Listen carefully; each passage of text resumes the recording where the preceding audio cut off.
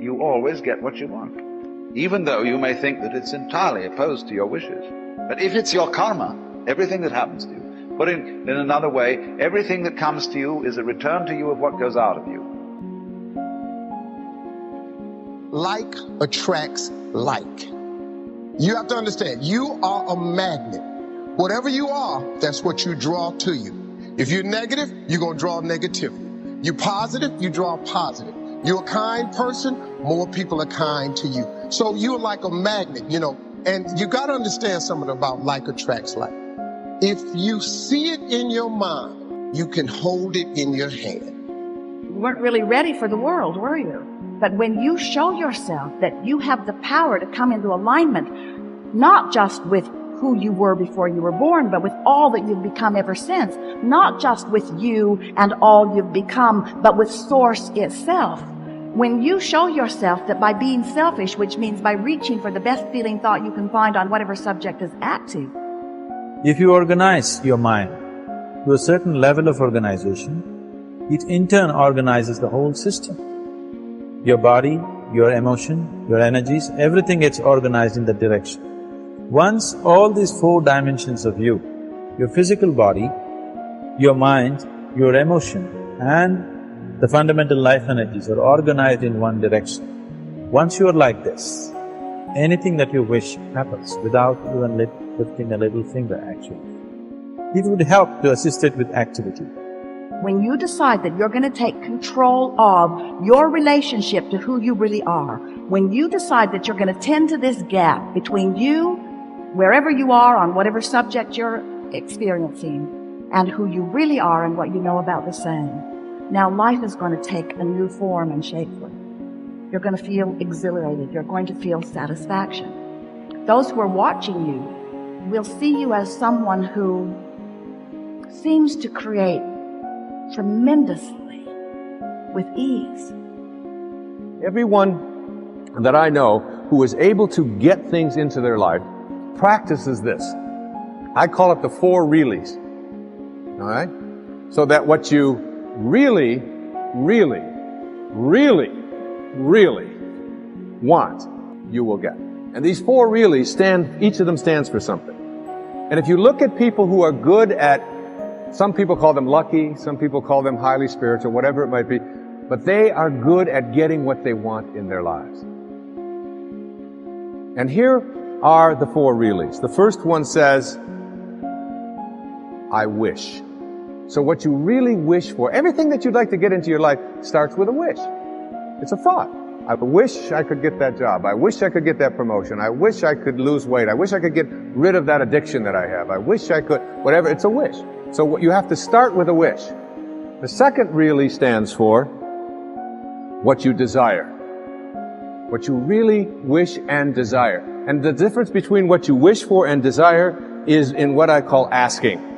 Ask and you shall receive. Ask and you shall receive.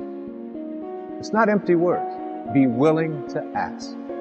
When I get stuck sometimes writing and I'm just not quite sure where to go or whatever, I just leave the typewriter, I leave the yellow pad that I'm writing on, I walk over to the couch and I get into a meditation and I say, I would like some help in having this become clearer as to how to express it. And it's always there. Sometimes the phone will ring and my wife will call and she'll say, did you know that this was in the mail? And I'll say, read it to me and it'll be exactly what I need. Sometimes it just comes in the thing that I call an intuition or an insight, whatever it might be. The third really stands for what I intend. So now you shift away from what I wish for and ask for, and you frame it in such a way that you intend to create it.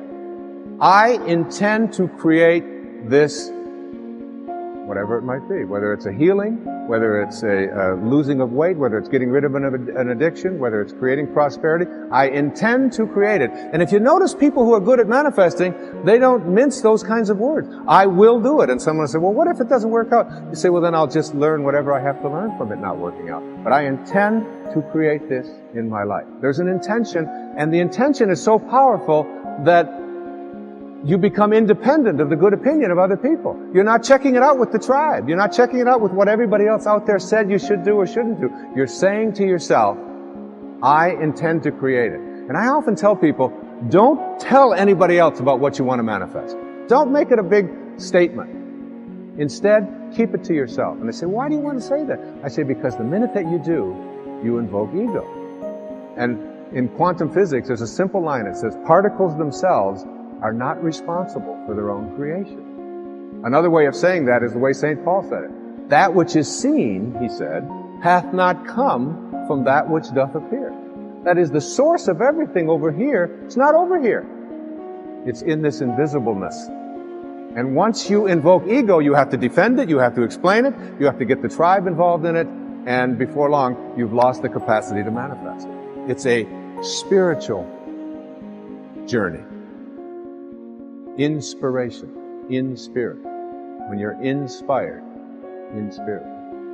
The fourth really stands for passion. Passion. That is, I am absolutely passionate about it, and I intend to create it with that love. One of the great books that one of my teachers sent to me from ancient India, written like 3,000 years ago, has a line in it that says, to attempt to manifest what you want without passion is like dressing up a corpse.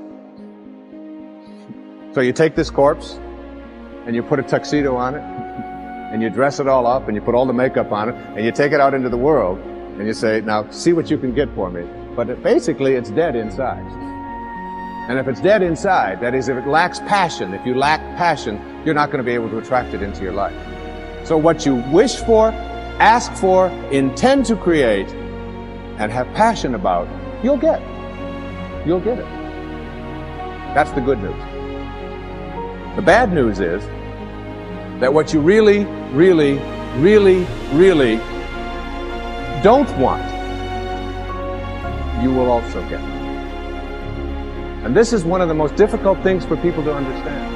And when you're dealing with the tribe and you're dealing with what is and what everybody else tells you is impossible, and somebody might be watching this and say, well, that's just a lot of nonsense. I mean, you can't just put your attention on something, think about it, and have it come true. It involves a whole lot of other stuff like that. You see, here's how it works. You cannot attract thin from I hate being fat.